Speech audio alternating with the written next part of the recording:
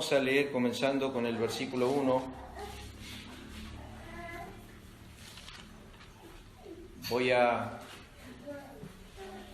Vamos a empezar a tratar el libro de Romanos. Para aquellos que nunca lo han estudiado, lo conocen. Algunos han estado escuchando al pastor MacArthur y obviamente es uno de los mejores maestros que hay en cuanto a este libro. Pero a veces necesitamos volver a repasar el libro, volver a entender el propósito. No es en orden cronológico que se ha escrito el libro de Romanos, no es la primera carta del apóstol Pablo, pero en preeminencia quizás y en importancia doctrinal sea una de las epístolas más importantes que escribió el apóstol Pablo. Yo quiero que en la semana, para aquellos que vamos a continuar y que desean continuar con el tema de las reuniones y demás, que puedan dedicarse a leer los primeros 3 capítulos, Romanos 1 al 3.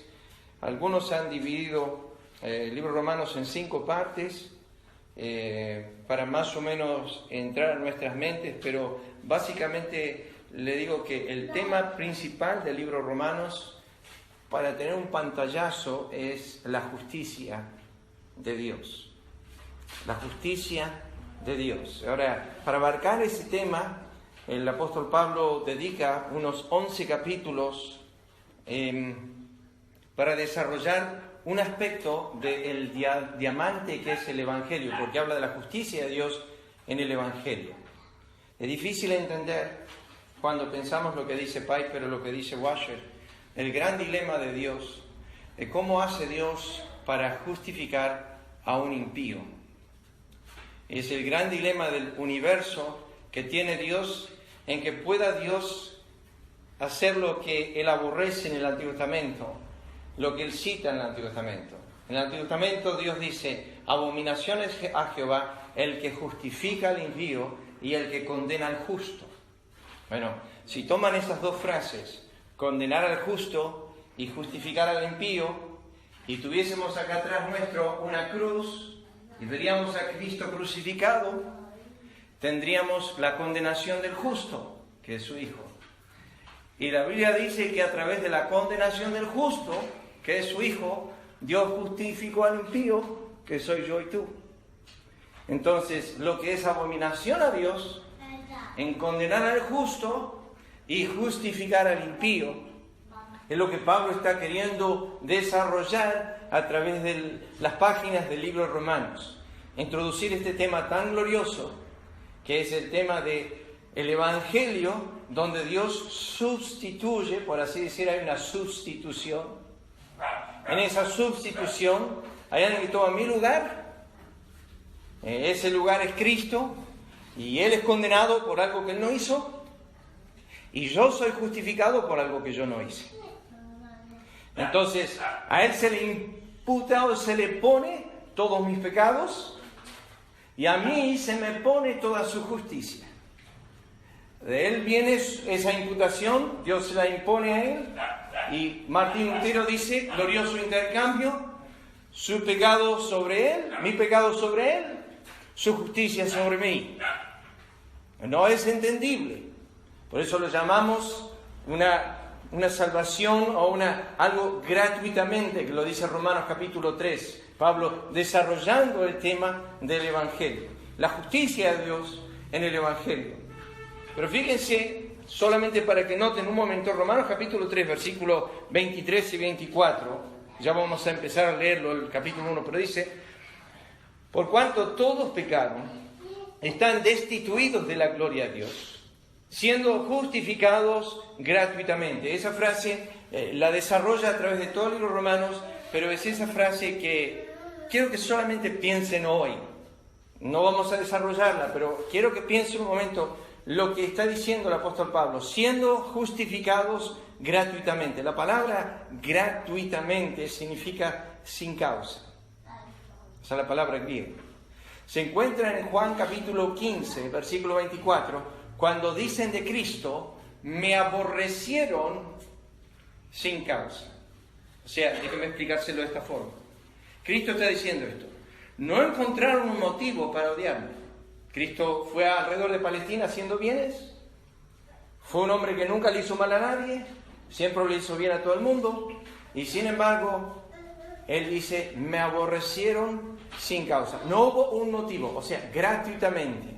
Sin motivo alguno, me han odiado. O sea, es más fácil encontrar un motivo para odiar a Cristo, porque acá viene el otro lado de la moneda,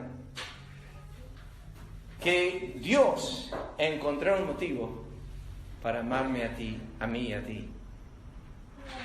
Y esto es lo que está diciendo la Biblia. La Biblia está diciendo que como no se puede encontrar una causa para odiar a Dios, Dios no encuentra una causa para amarte a ti. No hay una sola causa para amarte a ti. Y no hay ninguna causa para odiar a Dios. Dios es odiado por su naturaleza, porque es santo. Pero no porque sea malo. Es odiado porque Él es bueno. Y porque Él es santo, es aborrecido por el alma. El ser más menospreciado del universo, Isaías nos dice, Dios, todos los días es burlado, menospreciado, ya sea por el clima, o por la falta de bienes, o porque sucede algo en el coche, o porque sucede algo en la puerta de la heladera, o porque sucede algo con la estufa, y el nombre de Dios lo tomamos en vano. Y maldecimos a Dios continuamente, y toda la culpa la tiene Dios. Y ya de entrada vemos a Adán diciendo, la mujer que tú me diste. O sea, la culpa la tiene Dios siempre. Si hace calor, ¿qué calor? Si llueve, ¿qué día de porquería? El día de sol y el día de lluvia, la Biblia dice, lo hace Dios. Y lo hace en perfección. Y lo hace porque es bueno. La Biblia dice que es bueno para con los justos e injustos, para con los buenos e ingratos. Y sin embargo, los hombres maldicen a Dios. Y Dios es injuriado todos los días, continuamente. Imagínense en tu vecino, viendo a tu puerta todos los días, tirándote piedras, escupiéndote, maldiciéndote, al punto que tú dirías, esto es insoportable. No se puede vivir así. Dios no tiene un vecino, tiene todos los vecinos a su puerta todos los días, maldiciéndolo, injuriándolo, porque Él hace todo bien, sin embargo parece que hace todo mal. Pero sin embargo, el día siguiente y a la noche de ese día, Dios sigue dándoles vida y aliento y todas las cosas a los hombres, porque no frena su bondad a pesar de que no hay gratitud en ellos, a pesar de que no lo reconocen. Esto es algo de lo que la Biblia dice del Evangelio. La justificación gratuita significa que fue sin una causa, o sea que Dios no encontró una causa en nosotros para amar, la tuvo que hallar en sí mismo. Ahora volviendo, noten Romanos el capítulo 1. Quiero ir desarrollando, solamente vamos a leer los primeros 7 versículos.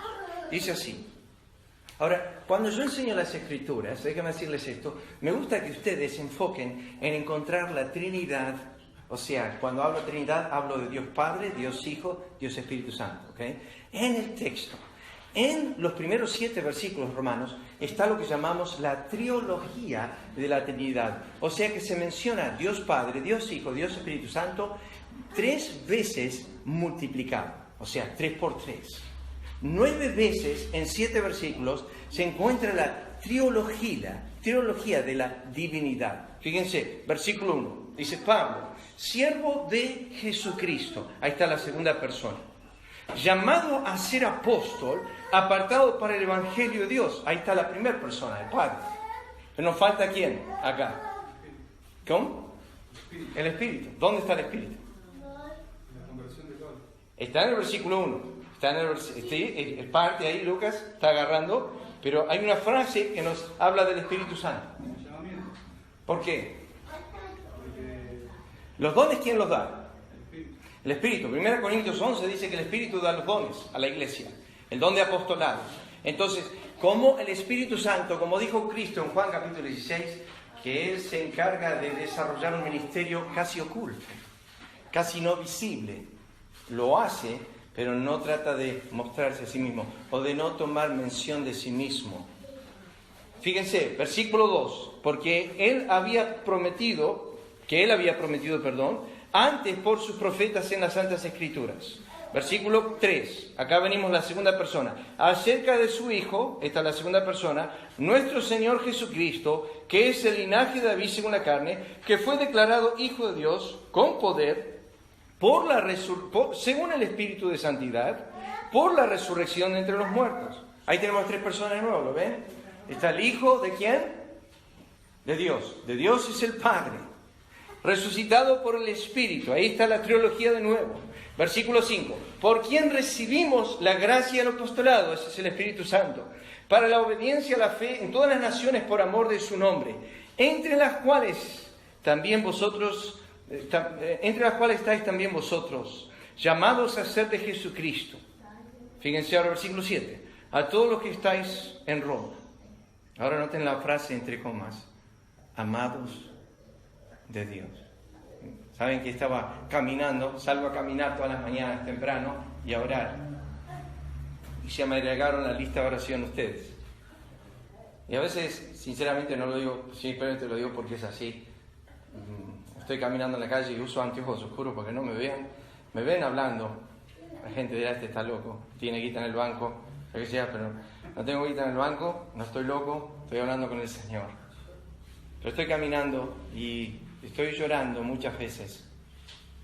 Y cuando estaba citando este versículo en mi mente, amados de Dios, a los que estáis en Roma, me di cuenta por primera vez, de tantos años estudiar Romanos, me di cuenta por primera vez que no todos en Roma son amados de Dios.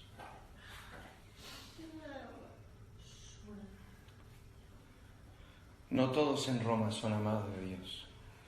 Si no, Pablo hubiese dicho, a todos los que estáis en Roma, amados de Dios. Pero dice, a los que estáis en Roma.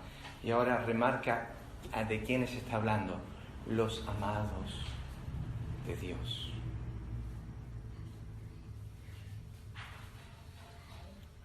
Nosotros generalizamos cuando decimos Juan 3:16, porque de tal manera amó Dios al mundo.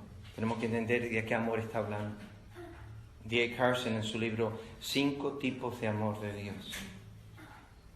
Está el amor que es exclusivo, que es a la esposa. Suponer, Lucas ama a Jessica, no como ama a Miguel, no como ama a Augusto, ni aún como ama a su hijo, Ezequiel. ¿No? Hay un amor diferente, es el amor de esposa. Ahora, puede ser que Lucas, en un sentido general, ama a las hermanas en la iglesia, pero no con el mismo amor. Y acá tenemos el amor, después está el amor providencial de Dios. Eso es que Dios ama a los seres humanos en general cuando Él les da todas las cosas a todos los hombres, pero no significa que los ama en una forma de elección. Ese amor es un amor electivo de Dios, donde Él decide a quién amar eternamente y para siempre.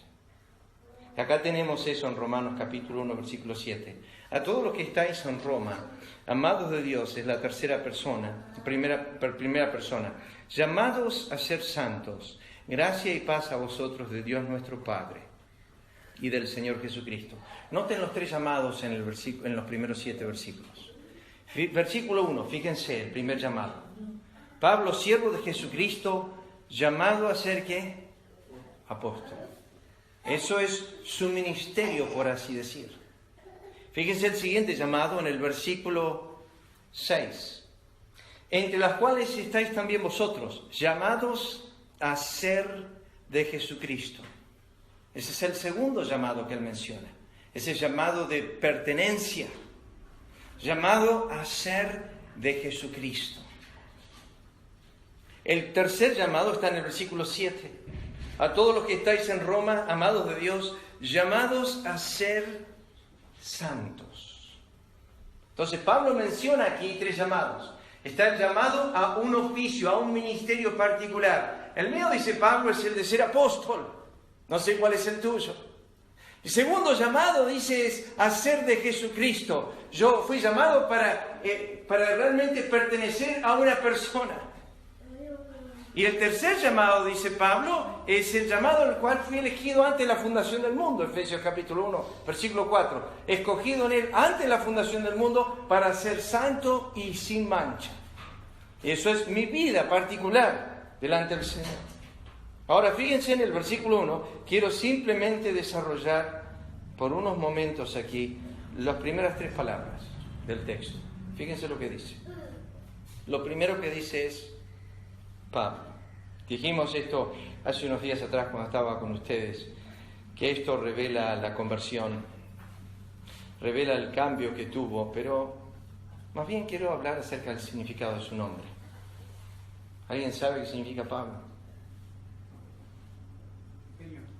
¿Cómo? Pequeño. Pequeño. Pablo significa pequeño. Y bueno, hace un tiempo atrás había tomado unas notas, había notado esto.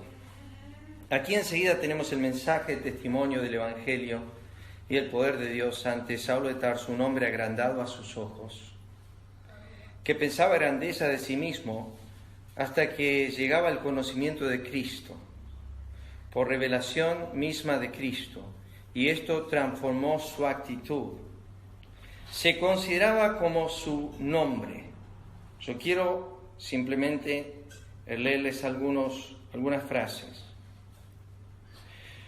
En el libro de Samuel, cuando Samuel le habla a Saúl, esto es Antiguo Testamento, se le acerca y le dice: Dios te cogió a ti cuando eras pequeño en tus ojos, pero ahora. Algunos empiezan con esa humildad de no soy nadie, y de repente las cosas cambian. A mí he observado a través de los años, pero he observado a través de la Escritura, si me dejan decirle eso, cómo es que no siendo nada, de repente soy algo. Déjenme decirles, Dios es el único ser en el universo, no hay más nadie que Él. Está solo, ha estado solo en la eternidad, y de repente de su propia voluntad decide crear ángeles, y entre ellos creó uno que se llamaba Lucifer, el que llama en la Escritura en Ezequiel 28 el querubín protector, el que se paseaba delante de los carbones encendidos del trono. Se le hizo un ser instrumental, dirigía la orquesta de la alabanza del cielo. Era protector de la santidad de Dios, de no existir, de repente hacer algo, fue todo por voluntad de Dios. Si así, Lucifer miraba hacia atrás y decía: ¿de dónde tuve todo esto? ¿De dónde vino todo esto? ¿De dónde bueno, lo recibí? Todo esto no lo tenía antes, ahora lo tengo. ¿De dónde vino? Pero pregúntate a ti la mismo. Tú naciste desde el vientre. ¿Quién te dio el color de ojos? ¿Quién te dio el color de cabello? ¿Quién te dio la estatura? ¿Quién te ha dado todas las cosas? ¿Quién las sostiene? La Escritura dice que Dios es el que nos da todas las cosas en abundancia para que las disfrutemos. O sea que de repente de no tener nada pasamos a tener mucho. Y ese mucho, mi padre siempre me decía, se llama la maldición de la abundancia. La abundancia corrompe el corazón. Lo hemos visto una y otra vez. Corrompió el corazón de Satanás. Teniendo mucho, dice que empezó a hacer mercancía de sus ganancias y riquezas. Si ustedes estudian 1 Timoteo capítulo 6, dice en el versículo 10, el amor al dinero es la raíz de todos los males. Cuando Pablo apunta a ese texto, está apuntando a Ezequiel 28, donde nos dice que Satanás hizo de sus mercancías y sus riquezas, y a causa de sus riquezas, dice, corrompió su corazón. O sea que la plata corrompió a Satanás. En el cielo. Ahora no me pregunten cómo se hacía eso en el cielo, pero lo que la Biblia dice es que corrupción comenzó con dinero en el cielo. Después dice que se enalteció a causa de su belleza y su hermosura, pero su primera corrupción fue monetaria, dinero, y su intercambio de mercancías. Y comenzó el problema de su corrupción, su abundancia que Dios le había dado.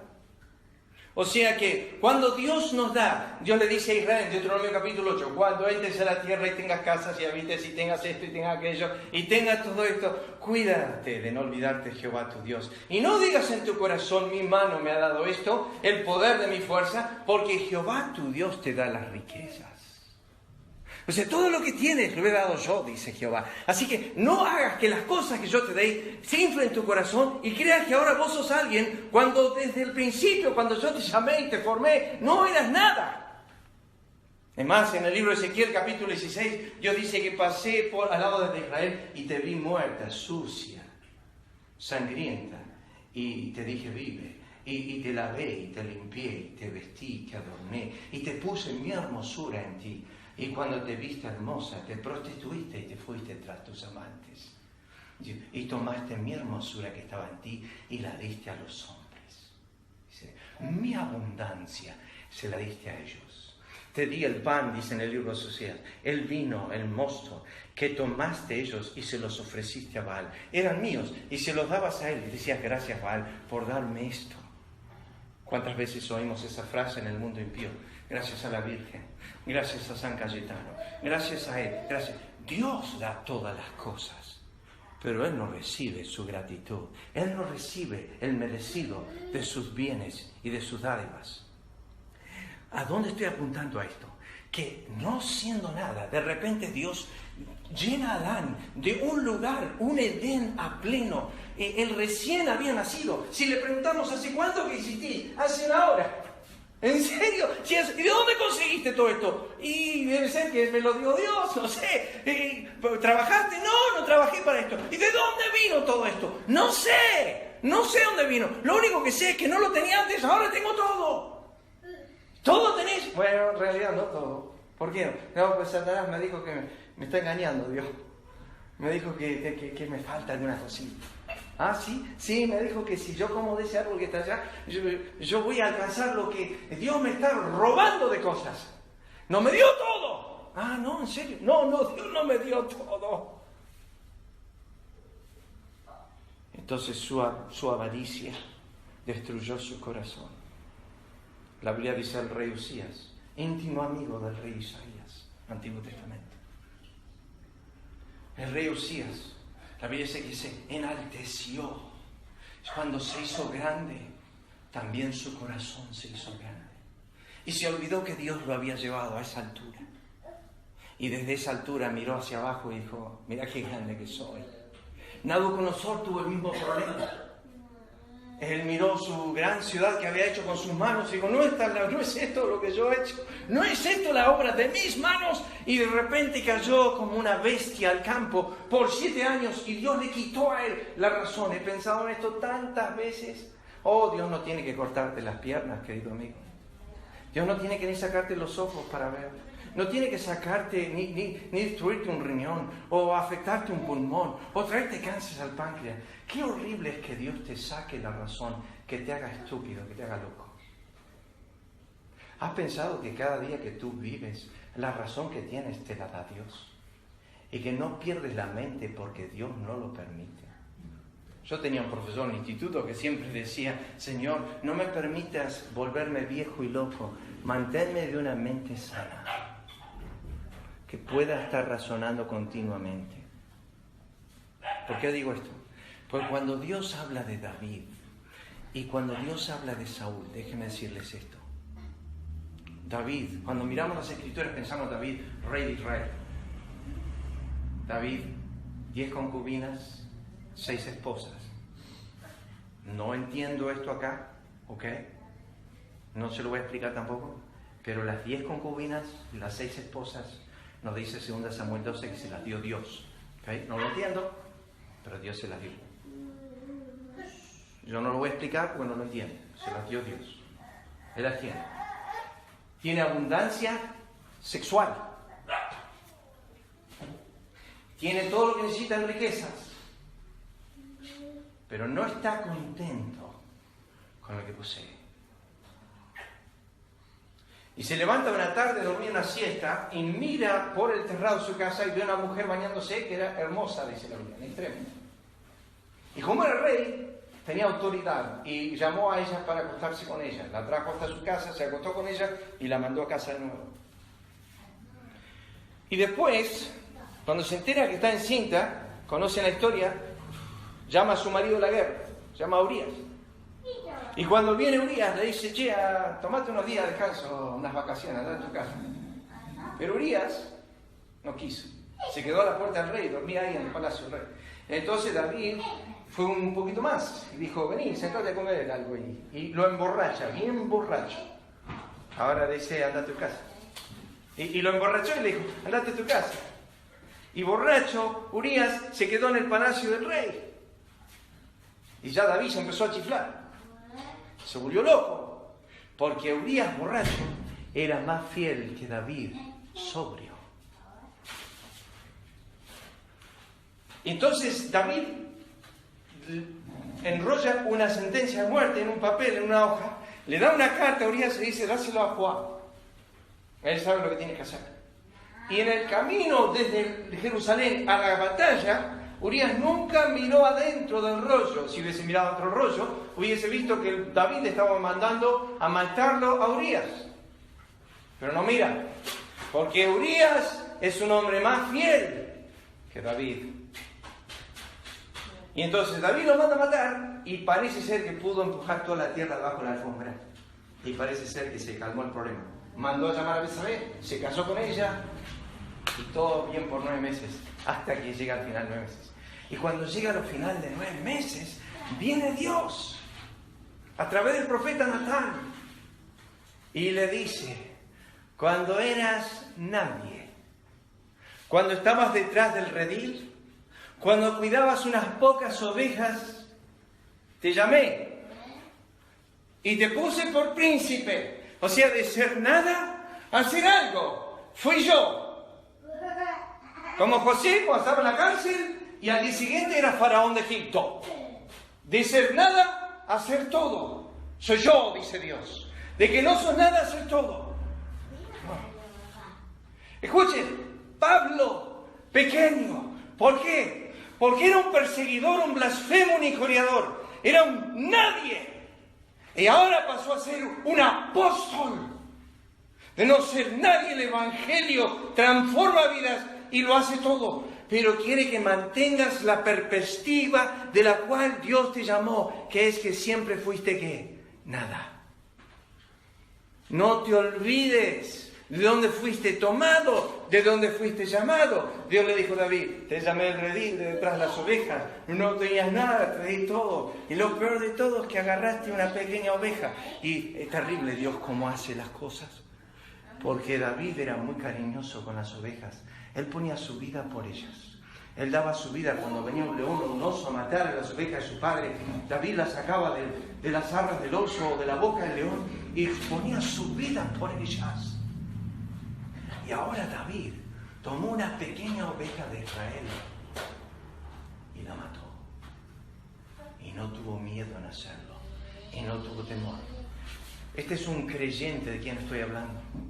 No estoy hablando de un hombre impío. Pero quiero decirles esto, queridos hermanos. Nuestros vaivenes en la vida son así. David estaba huyendo de Saúl y andaba en el temor de Dios. Y un día se acercó a su enemigo Saúl y tomó con un cuchillo y cortó el borde del manto de Saúl y se sintió mal. Se sintió tan mal porque había tocado el manto del ungido de Jehová, a pesar de que Dios lo había rechazado a Saúl. Sin embargo, David se sentía mal de haber cortado el manto. Después va David y toma la esposa de uno de sus valientes y se acuesta con ella. Y después, para tapar el pecado, mata a uno de sus valientes. Y no pasa nada hasta que empezó a pasar el Salmo 32 en su vida. Su verdor se volvió en 7 largos años. Empezó a perder la audición. Perdió la alabanza. Seguía con la rutina de ir al templo, pero no adoraba de corazón. Se había muerto su relación con su Dios. Y vino Dios y dice, un hombre tenía una ovejita chiquitita y la amaba. Era única. Te digo más, dormía con ella, con él en la cama. Te digo más, comía a su mesa. Era su única posesión. Pero ese hombre tenía muchas, porque era grande. Y tomó la única pequeña que ese hombre tenía y la destruyó. Y David dijo, ese hombre debe morir. Y Natán le dijo, tú eres el hombre. Y David clamó en Salmo 51, ten misericordia de mí, oh Dios. ¿Por qué digo esto? Porque fíjense, Pablo, el pequeño, fíjense, Efesios capítulo 3, versículo 8. Efesios 3, versículo 8. Dice así, En el versículo 7, hablando acerca de el obrar de Dios y su ministerio en gracia, dice, del cual yo fui hecho ministro por el don de la gracia de Dios que me ha sido dada, según la operación de su poder. A mí, que soy menos que el más pequeño de todos los santos. O sea, en este lugar acá, yo no sé cuántos conocen al Señor en verdad, pero hay un grupo de creyentes. Y la mayoría de nosotros podemos decir, no somos tanto. Bueno, supongamos que acá en este lugar está el más pequeño de todos los santos. O sea, el que tiene menos dones, el que tiene menos todo, el que no tiene carisma púlpito, que no sabe cantar, lo único que tiene es que como ladrón de la cruz, Dios lo salvó y tuvo misericordia de su alma. No le dio nada, o sea, está ahí, es un portero en la casa en la iglesia. No tiene ningún tipo de don. Pablo dice, yo soy menos que él. A mí, que soy menos que el más pequeño de todos los santos. A mí, Él lo entiende por varias razones. Vaya a 1 Corintios, retrocedan un poquito atrás, 1 Corintios 15, versículo 9. 1 Corintios 15, 9.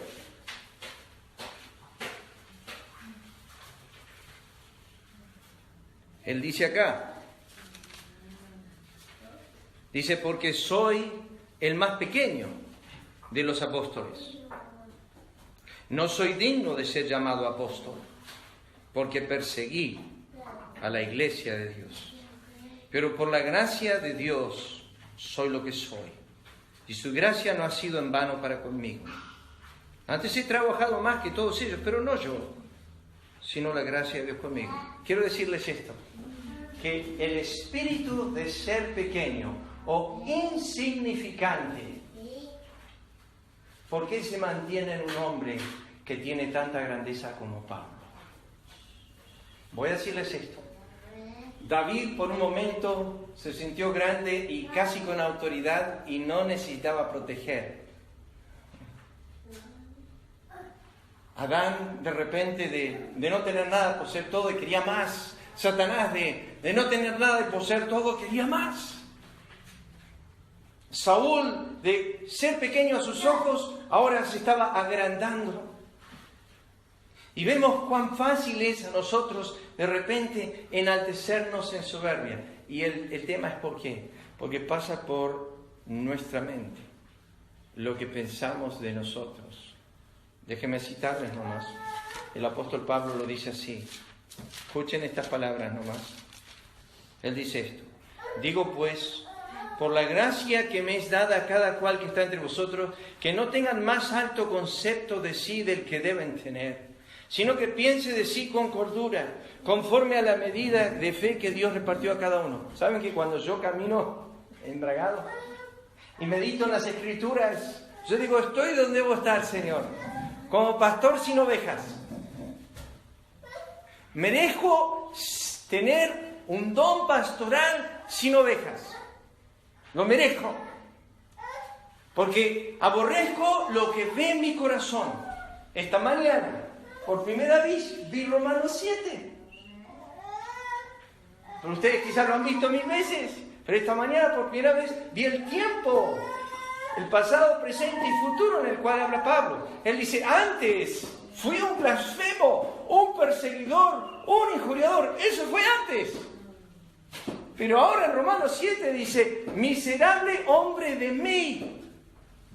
En mí, ahora, no mora el bien. Presente, estoy viendo a Pablo como nunca lo vi antes. Antes lo vi como blasfemo, pero ahora es un tipo que tiene pecado a donde lo mires. Cuando estaba muriendo el joven predicador a los indios, David Brainerd, que era el que se iba a casar con la hija de Jonathan Edwards y que terminó muriendo de tuberculosis antes de casarse. Fue el que más impactó la vida de este hombre, Jonathan Edwards. Y él se encerraba por 9 horas en su cabaña a orar por estos indios, porque no había forma de comunicarles. Porque ellos hablaban un idioma, él hablaba otro, y él no podía aprender el idioma, entonces no había forma de hablarles. Y lloraba para que alguien sea un intérprete. Y él oraba por estos indios, y se encontraba encerrado, y 9 horas pasaba, y lo único que sabía decir en esas 9 horas en su diario es: Dios, soy todo pecado.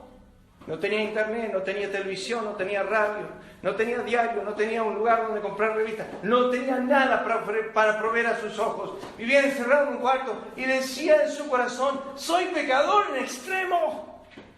Porque estaba viendo la plaga de su corazón. Se veía pequeño por causa de su potencial de pecado. ¡Ay de mí, Señor!, dijo Isaías. Ahora veo lo que tú eres y lo que yo soy. Yo no soy nada, Señor. Soy totalmente indigno. El Señor estaba al lado de Pedro en el barco y Pedro dijo: apártate de mí porque soy un hombre pecador. Y estaban pescando nomás. Pescando nada más. No había otra cosa ahí. David Brainerd estaba orando eso y después Dios proveyó de él un hombre borracho. Totalmente borracho. Y Brainerd le hablaba a los indios a través de la voz del borracho. Y Brainerd lo tenía que sostener de los 2 brazos porque se caía el borracho. Y Brainerd le hablaba al oído en inglés al borracho. Y el borracho le hablaba en lengua así todo torpe y borracho a los indios. Y los indios se caían postrados delante de Brainerd, implorando el perdón de sus pecados.